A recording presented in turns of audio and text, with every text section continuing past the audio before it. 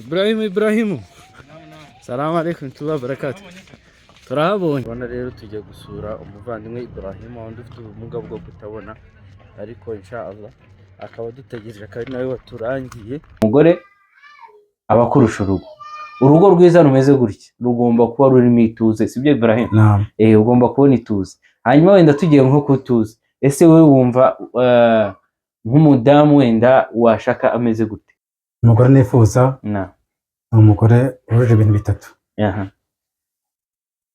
icya mbere agomba kuba ari umudamu usenga 5 ku munsi. Allahu akbar. Icya kabiri assalamu alaikum warahmatullahi wabarakatuh. Nkuko mubibona rero tujya gusura umuvandimwe Ibrahimu wundi ufite ubumuga bwo kutabona ariko inshallah akaba dutegereje kandi nawe waturangiye ubwo ngubwo ibisigaye turaza kubibona tuhageze inshallah. Ibrahimu salamu alaikum tuba barakatu turahabonye. Asante. Amahoro. Salamu alaikum. Warahmatullahi wabarakatuh. Ewa.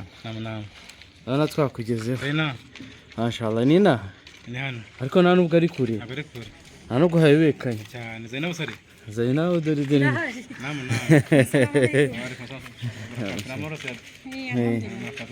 Mashallah. Umuntu bisa ubasha kuhamenya hose nta mu.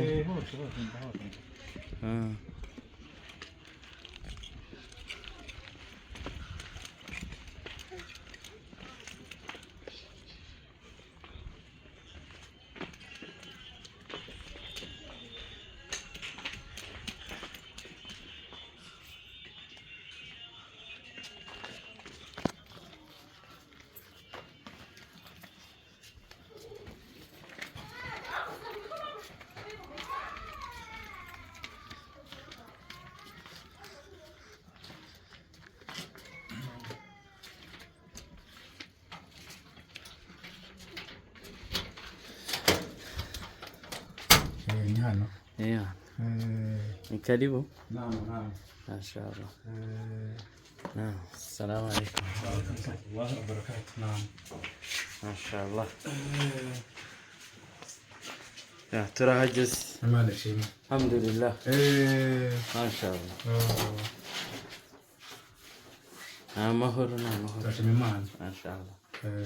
بالله من الشيطان الرجيم بسم الله الرحمن الرحيم الحمد لله رب العالمين الحمد لله بنعمته تتم الصالحات والصلاة والسلام على نبينا محمد صلى الله عليه وسلم وعلى آله وأصحابه وسلم تسليما كثيرا أما بعد tukomeje gushimira Allah subhanahu wa ta'ala mu byukuri turamushima kubw'ingabire ze ibyiza nk'ibi bikomeza kugerwaho dusabira amahoro n'imigisha yuko byasakara ku mukunzi wacu Muhammadin sallallahu alaihi wasallam nabiwe n'abasangirangendo be n'abamukurikiye n'abazamukurikiza kuzageza ku munsi w'imperuka dusaba Allah subhanahu wa ta'ala ko yaduha kuba abeza muri abo Allahumma amin. Nkuko bisanzwe rero ubushize twari turi kumwe n'umuvandimwe nkuko mumubona Ibrahim twaraganiriye ariko twaganiriye ari nge wamwakiriye ari umushyitsi wanjye none aha turi iwe rero yatwakiriye mashallah tabarakallah mbere yo no kutwakira yaturangiye no kuvuga twahamagaye aturangira aho duha abamotari telefone turaganira araturangira turahagera turaza rwose dusanga ari ku muhanda dusanze ari ku muhanda wenda muraza kuba mubibona aratwakira araza arinjira rwose arinjira mu rugo arafungura nkuko muri buze kubibona hanyuma noneho turicaye turi kuganira turiwe mashallah tabarakallah. Tugiye aho gutura rero aha utuye ndabona mashallah ari iwawe ari ahantu heza mashallah ho gutura nahise ngira amatsiko ese ahantu utuye urakodesha bimeze bite? Oya ntabwo nkodesha ahangaha ni iwanjye. Mashallah no kuvuga iyi nzu niyo yawe ubamo cyangwa hose? Ni igipangu cyose ni cyanjye. Mashallah tabarakallah birashimishije cyane no kuvuga ngo aho twagiye nko muri buze kuhabona niwe ariko umuntu yahita agira amatsiko akavuga ati Ibrahim ahantu wahabonye ute byagenze gute? Naam ahantu ndashimira Imana ni Imana yahampaye alhamdulillah nyejeje kubemera Imana w'Abayisilamu. Naam ni ukuvuga ngo ni abantu bagufashije urahabona. Naam, ni abavandimwe b'abayisilamu Naam, ariko waje ku isonga naam, ni nyakwigendera El Hadji Nzamwita Omar, Allahu Akbar. hakaza Nshuti Haridi Naam, Kamirat House, naam, hakaza Mudaheranwa Yusufu muramuzi, uriya uhagarariye ikipe ya Gorilla, naam, n'abandi bayisilamu n'abandi batandukanye bagiye bifatanya nabo. muri rusange. Mashallah, ni ibintu bitangaje cyane. Ahantu ni heza mashallah, harimo aho uba hari n'umupangayi. Ageze ko bavuga mu Kinyarwanda arahari.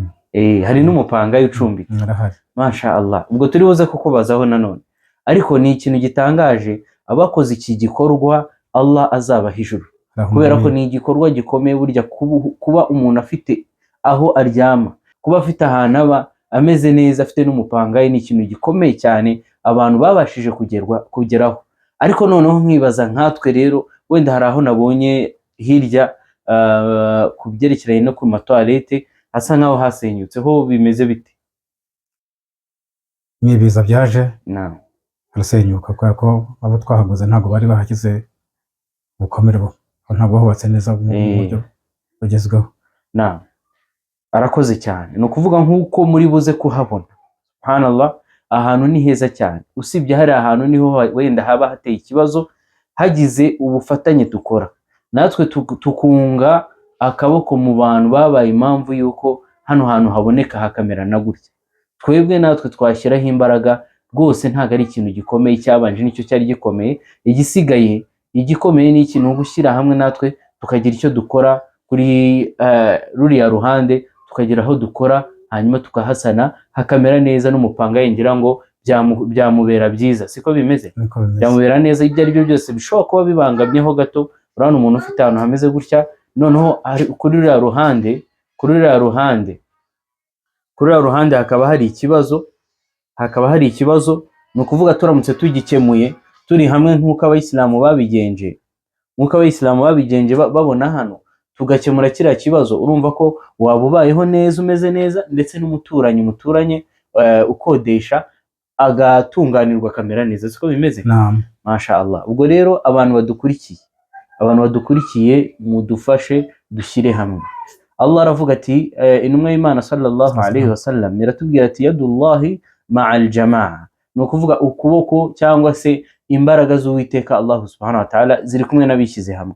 Turamutse twishyize hamwe, ngiye nawe n'abandi bose bumva ko umuvandimwe Ibrahim hari ahantu twamufasha mu gihe gito hakaba hatunganye, ubwo ni ahacu ho gushyira hamwe, wenda tukazagaruka hano aricyo gikorwa tujemo. Dushobora gukusanya ubushobozi cyangwa se natwe ubwacu tukaza, ariko ibyiza ni uko twakusanya ubushobozi tukazana abantu bafite ubuhanga, aba engineer cyangwa se bazi ubwubatsi, bakahakora neza ku buryo hatungana, kuko yahaguze hariya hantu hadegetse, niko nanavuga, siko bimeze?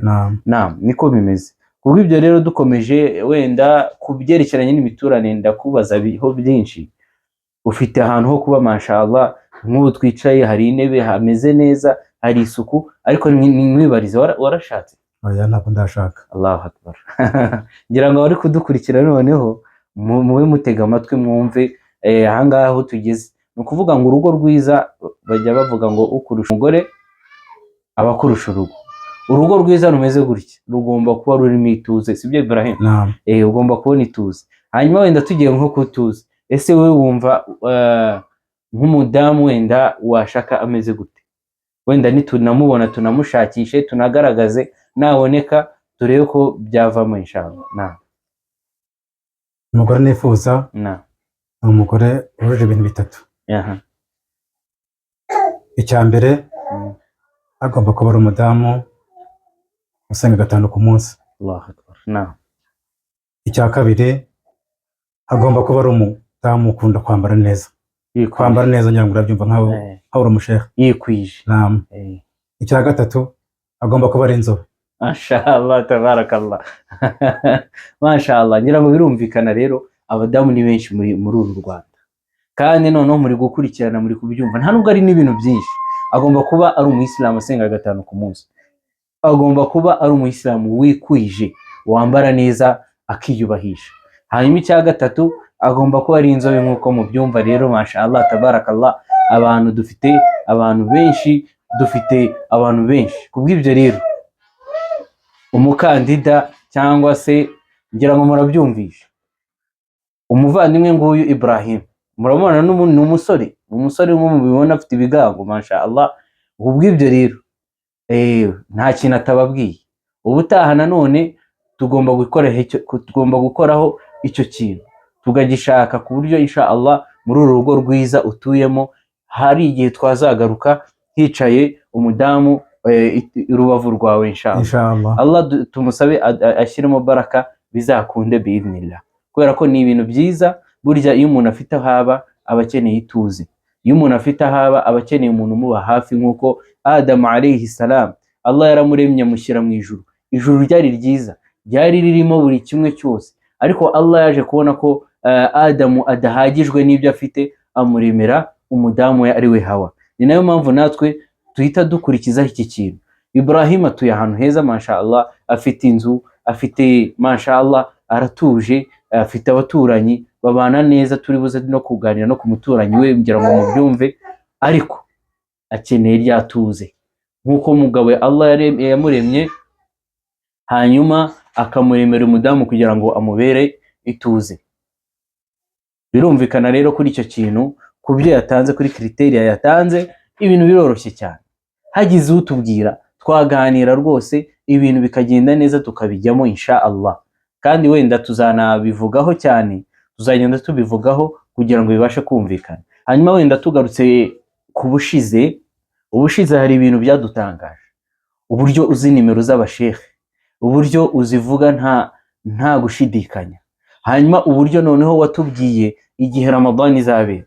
Hanyuma nkaba nifuje kuba hari ibyo noneho nakomeza kuganiraho, wenda ngira ngo ndebe ubwo buhanga ufite, ngira ngo watubwiyeho no mu buhanga ufite.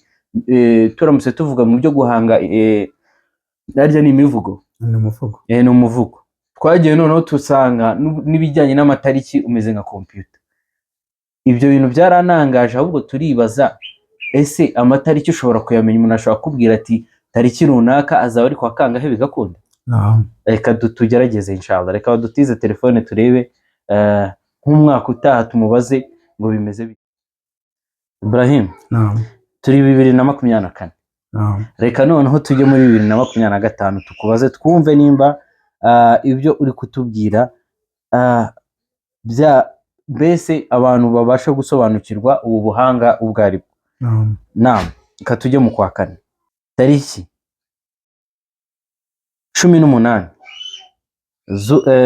z'ukwa kane 2025 azaba ari ku munsi wa kangahe? Azaba ari ku Ijumaa. Azaba ari Allah akbar. Aha reka nkubaze ikindi kintu. Reka tujye kuri reka tujye wenda ndamubaza mu kwa kangahera, mu kwa gatandatu. Tariki 30 z'ukwa gatandatu azaba ari ku wa mbere. Allah akbar. Ubu ni ubuhanga abantu bose batabona. Nukuri bose birabatangaje. Ni ukuvuga ni ibintu bitangaje. Njyewe ndi kubireba ndi no gushidikanya nkareba neza, ariko ari kubimbwira adashidikanya. Ahubwo butaha n'abaduteze amatwi bakaba ari bo banyihamagara bakanyibariza.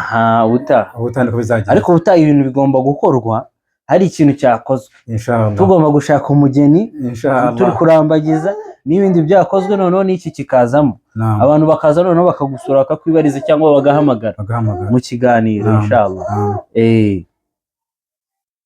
Reka nongere nkubaze 2025 mu kwa 10 tariki 23 z'ukwa 10 azaba ari ryari? Azaba ari kwa kane. Noneho tariki 29 z'ukwa 10 umwaka utaha, yego, azaba ari kwa gatatu. Allahu akbar. Walillahi alhamd. Reka nkubaze noneho 2026 turi kubigendana. 2026 tariki 12 azaba ari kwa kangahe? Z'ukwa kangahe? Z'ukwa kabiri. z'ukwa kabiri 2026 2026 hazaba ari kuwa 4. ibintu ni ibitangaza. Gusabye Allah ubutaha abaduteze amatwi bakanyibarije nkajya bari kugira ngo batagira ngo twanabitwa turi kumwe bakanyibariza niho byashobora kuba byiza. Inshallah nabyo tubiteganya. None reka mwibarize noneho. Irayidi ya Ramadan izaba ari ryari? Umwaka utaha bashakira ku itariki 30 z'ukwa gatatu. Allah inshallah 30 z'ukwa gatatu irayidi ya Ramadan. Hanyuma irayidi y'igitambo bashakire ku itariki 5 z'ukwezi kwa gatandatu inshallah.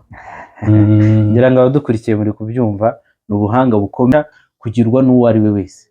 Ibi bintu birahambaye subhanallah. Hanyuma ubushize twavuze no kubijyanye n'amanimero y'abasheikh. Umbwira ko abasheikh bose ubazi uzina nimero, no kuvuga buri musheikh uzi muziranye ubuzina nimero ze. Hanyuma nakwibariza mu basheikh wenda nk'aho zari mufti w'u Rwanda kera Saleh, wabuzi nimero muraziranye ubundi? Ni inshuti yanjye cyane mashallah. Nimero ze nizi? Ni 0788 yego 30 65 43. Allahu akbar.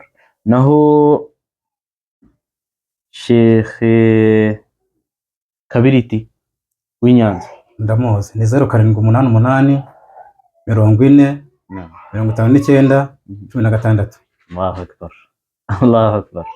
Numva ko narababwiye nta kibazo cyo kuvuga ngo ahinduye telefone cyangwa se telefone irabuzabuze nimero. Nkuko tujya tuzibura tugatangira tukavuga ati wamaye nimero za runaka, we ntago bijya bibaho.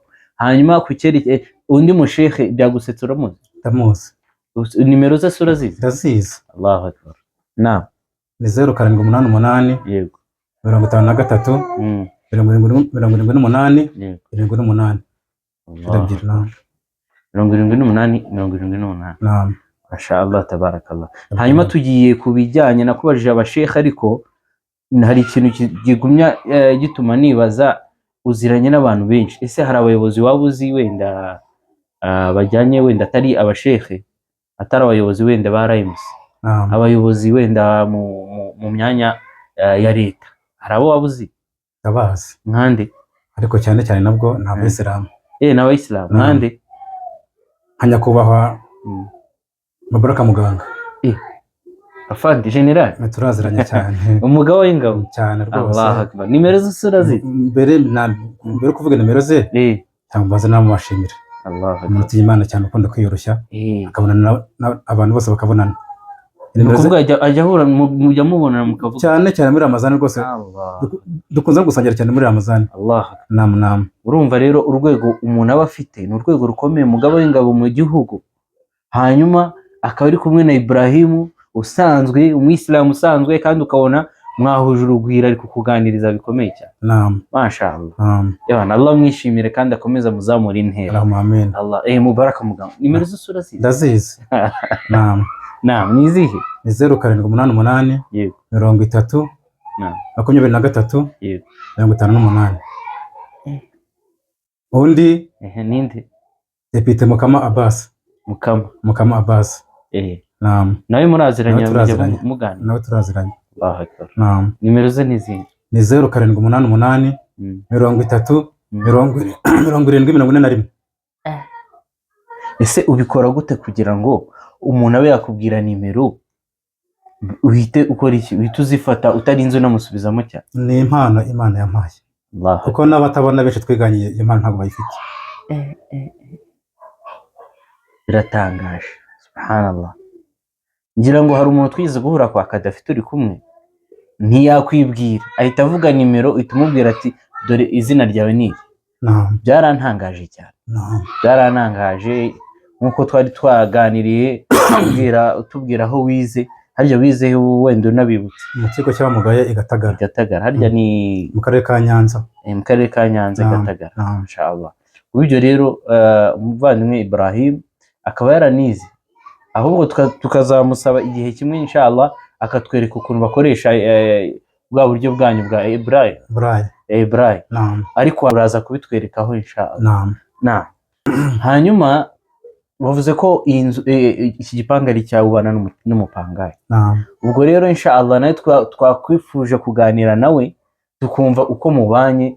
Dufite amatsiko y'ibintu byinshi, wenda ndibuze kukubazaho gato, wenda n'umupangayi yabyivugire, twumve uko mubanye, twumve ese bigenda gute. Reka tumwakire nawe inshallah. Tukaba turi kumwe rero n'umuturanyi we masha Allah tabarakallah, Ibrahim akaba ari randirodi w'uyu muturanyi. Dufite byinshi turi bumbaze inshallah. Hanyuma rero wenda abanza twibwire, tubanze tumumenye ni Hajati mama nde, cyangwa se kugira ngo uwaba akurikiye yumve masha Allah, hanyuma dukomeze tumwibarize ku bijyanye na Ibrahim inshallah. Assalamu alaikum warahmatullahi wabarakatuh. Wa alaikum assalam warahmatullahi wabarakatuh. Nitwa Iradukunda Shemusa, nkaba ndi umuturanyi wa Ibrahim, umupangayi mba mu nzu ye. Ibrahim tubanye neza nta kibazo, sinavuga ngo hari n'ahantu njya muyobora, ahantu hose abahazi, ndavuga akumva ko ari njyewe uvuze, nanatambuka akumva ko ari njyewe utambutse. Haba ari umwana wanjye umwe mu bana banjye mfite yatambuka akumva ko ari umwana utambutse. N'inshuti zanjye zinsura n'abavandimwe bansura, ubu bose yamaze gufata amajwi yabo. Aratambuka ku muryango akumva hari uvuze, agahita ambwira ngo uwo ni kanaka, ndumva wasuwe ufite abashyitsi. Ibrahim rero tubanye neza, tumaranye igihe kirekire, nta bibazo tugirana, usibye akabazo kabayeho nyine dushe ikagwa na tuwarete, ariko twabashije kubyihanganira bitewe n'igihe tumaranye. Murakoze cyane. Murumva rero masha Allah, Ibrahim ubwo nibazaga yuko nkuko muturanye wenda ibintu byinshi ujye bimufasha, urabimufasha cyangwa arabyikorera we ku giti cye? Nkuko nabonye aza akifungurira, byose arabyikorera. Kwifungura arifungurira, tumufasha bimwe na bimwe, nko kumukorera amasuku, kumumesera, kumuterera ipasi akajya mu ijuma ameze neza. Ngiye kuva namubona mu kanzu imeze neza, ni nacyo masha Allah nakunze. Burya kwambara umwambaro wa Kisilamu hari agaciro uguhesha. Ubu ibyo rero ibyo bintu twabimwigiraho cyane. Ni umuntu nzi yambaye, simuzi yambaye ibisanzwe, kereka wenda hano Ibrahim ndakeka ujya rimwe na rimwe ucishamo ukambara ibisanzwe. Oya, ndakambara Kisilamu. Masha Allah tabarakallah. Murabyumva rero. Hanyuma wenda dukomeje, ese mubanye nawe igihe kingana gite hano? Tubanye nawe imyaka 2. Imyaka 2 ni myinshi.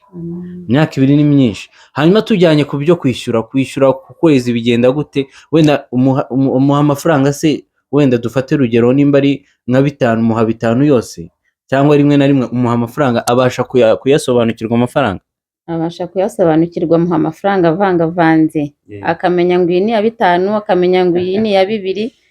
Uko hari n'igihe nyamuha narangiza simusobanura nkigendera, akaza akambwira ngo wampaye za 5 n'iza 2. Allahu akbar. Ni ukuvuga ngo inoti ya 2 ayikoraho akayumva, iya 5, iya 500 nayo akayumva, n'iy'igihumbi akayumva. Allahu akbar. Ibintu ni ibitangaza abavandimwe wa Islam. Nkuko mutureba, ibintu ni ibitangaza. Nkuko twe tudashobora kwisobanurira, ariko we afite ubundi buhanga Allah yamuhaye, abasha gusobanukirwa, ngira ngo twabibonye uburyo aza ahantu hose arahazi, uburyo ahamagara, uburyo nimero yazifashe, noneho uburyo yatubwiraga ngo itariki zinizi azaba ari kuwa kangahe. Twebwe bwacu ntabwo twabishobora. Kuko ibyo rero ni ibitangaza bikomeye cyane. Subhanallah.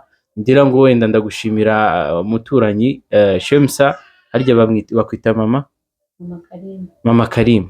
Allah kwishimire wenda ku mwanya uduhaye ukanatuganiriza, ukatubwira ku byerekana na Ibrahim. Ibrahim ni umuntu mwiza masha Allah, abana neza n'abaturanyi. Murabyumvishe none n'ubuhanga buhari. Ntabwo wamubeshya mu mafaranga.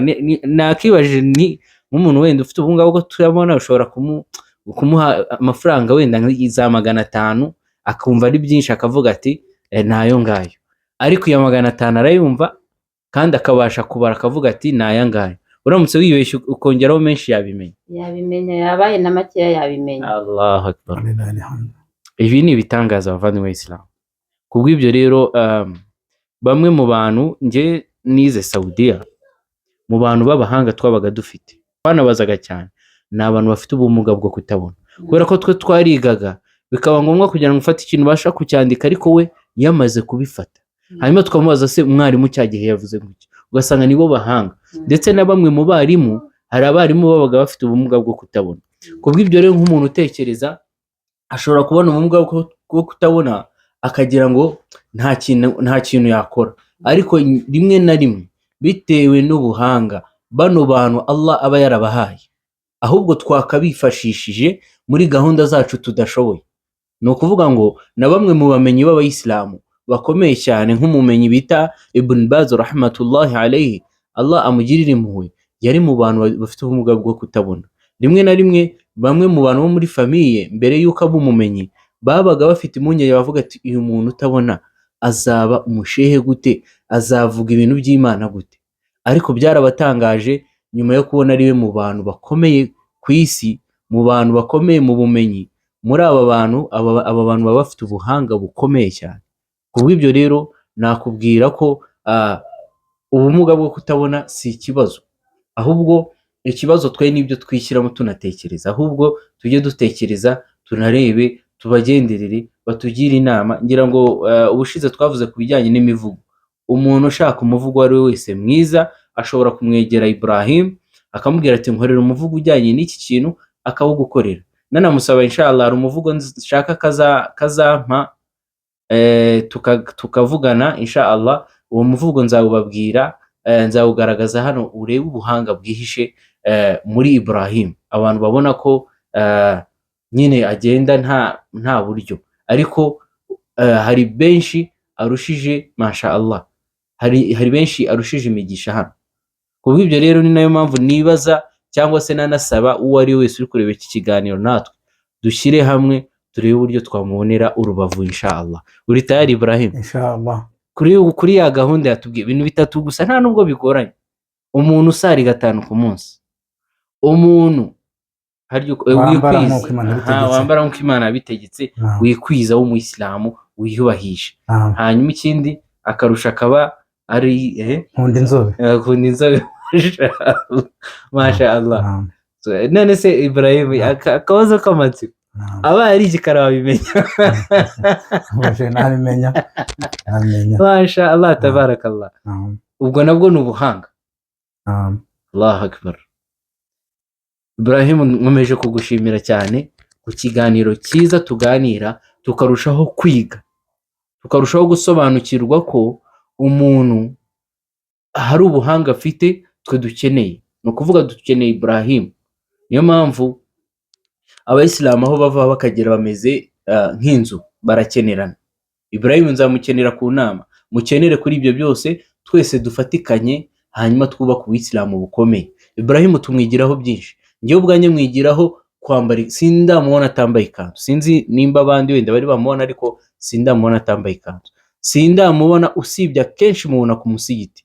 Icyo kintu twakimwigiraho, tukavuga tuti nimba Ibrahim afata umwanya akagenda agasari kandi agasarira ku gihe, twebwe byatunanije iki? Ibi byose rero nibyo kwigira ku muntu, ndetse ku muntu mwiza nk'uyu, ndetse ibyo ari byo byose waba ufite byatuma Ibrahim amera neza, umwemeramana akamera neza, nibyo bintu dukeneye. Kuba ibyo rero ndabasabye dushyire hamwe. Ngira ngo umuturanyi nawe yarihanganye imyaka 2, ngira ngo ni myinshi, twarete zimeze kuriya, dushyire hamwe inshallah. Vuba aha tuzaze tumubwira ati turashaka kugira icyo dukora, twarete zimere neza. Ikindi dushyire hamwe tumurebere umudamu mashallah umubereye. Hanyuma noneho iyi ntebe tuzayigarukemo twicaye ahandi yicaye n'umufasha. Sibyo Ibrahim? Inshallah. Dushyireho idua abantu bose bari kuyumva, hanyuma tubashe gufatirana ubu buryo bwiza, dufatikanye cyangwa se dufashanye. Allah aratubwira ati illa alladhina amanu wa amilu salihat, kiremwa muntu kiri mu makuba usibye babandi bemeye bagakora ibikorwa byiza, bakagirana inama z'ukuri n'izo kwihangana. Kubw'ibyo rero dutahirize umugozi umwe, dukore iki gikorwa biidhnillah. Allah azakiduhembera, kandi ntako bisa kubona Ibrahim afite umufasha, nta nuko bisa kubona twarite zimeze neza mashallah tabarakallah. Ubwo rero ndasoza mbashimira cyane, Allah bishimira azabahe n'ijuru, haba Ibrahim haba n'umuturanyi wawe mubanye hafi imyaka igera muri 2 nta kibazo gihari. namwe turabashimiye kuba mwatugira icyizere mukaduhamagara Alhamdulillah, tukabasha kuganira. rwose ni iby'agaciro, twe ahubwo twe turabashimira cyane. Turagushimira rero mama Karim, Allah kwishimira guha ibyiza kandi akomeza guhe kwihangana, wenda ku cyabaye insha Allah nacyo kizakemuka insha Allah. Allah bishimira abahe ibyiza rero. Naam, reka dusoze rero dusaba Allah subhanahu wa ta'ala ko iki kiganiro tugiranye yakigira umugisha, akakigira intandaro y'uko ibyiza bikomeza kugerwaho, nk'uko twahoze tumushimira tumubwira tuti alhamdulillah kubw'ingabire zawe ibyiza ntibigerwaho.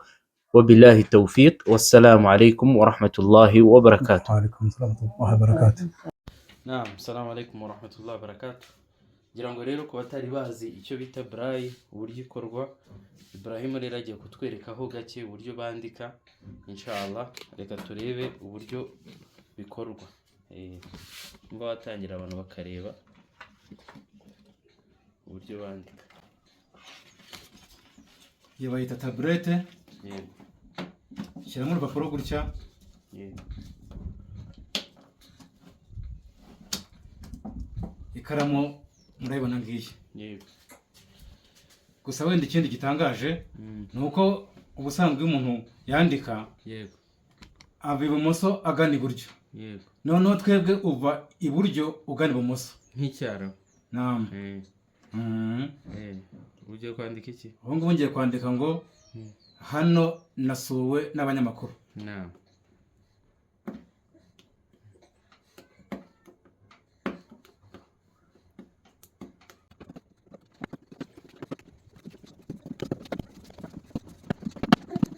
Je Yego. dore ngiyi dore murayibona ni utudomo dusoma dukabakaba n'intoki, handitse ngo hano nasuwe n'abanyamakuru. Umuntu aramutse azi gusoma ubu buryo akaza yahita amenya ibyanditswe. Nk'uko mbivuze nasuwe n'abanyamakuru, nawe niko yagusomera. Uramutse ugiye ukareka n'undi muntu utabona mugura mu guti nsomera ibintu, cyangwa se akaba anabona ariko yarize braille, yabigusobanura ko nama hano twasuwe n'abanyamakuru, nasuwe n'abanyamakuru. Kanange muri muri ntabwo kumenya, utarabyize ntabwo ushobora kubimenya. ntabwo nabimenya. Iyo niyo braille. Iyi niyo braille. None muri braille ko mbona ari utudomo, ko nkoraho nkumva ni utuntu tw'utudomo, ubwo biba bimeze mu tudomo ariko dufite ikintu tugiye dusobanuye. Nk'inyuguti ikaba igiye ifite akadomo kayigize. nka igizwe n'utudomo. Ni akadomo kamwe. Ha ni tungahe? Ha ni turi kwiterwa n'ukuntu duhagaze, hari tuba dutambitse, hari tuba turamye ari dutatu. Nka B ni tubiri tugize tumanutse, she nayo ni utudomo tubiri ko dutambitse. Namu yarabyize, urumva ko n'abatwigishaga nabo babaga bareba, ariko wenda akaba afitemo ako kantu k'Imana n'ubwo ko azi ino nyandiko ya braille. Umuntu wese yize yayimenya. Yego. Umuntu wamwigisha se? Cyane.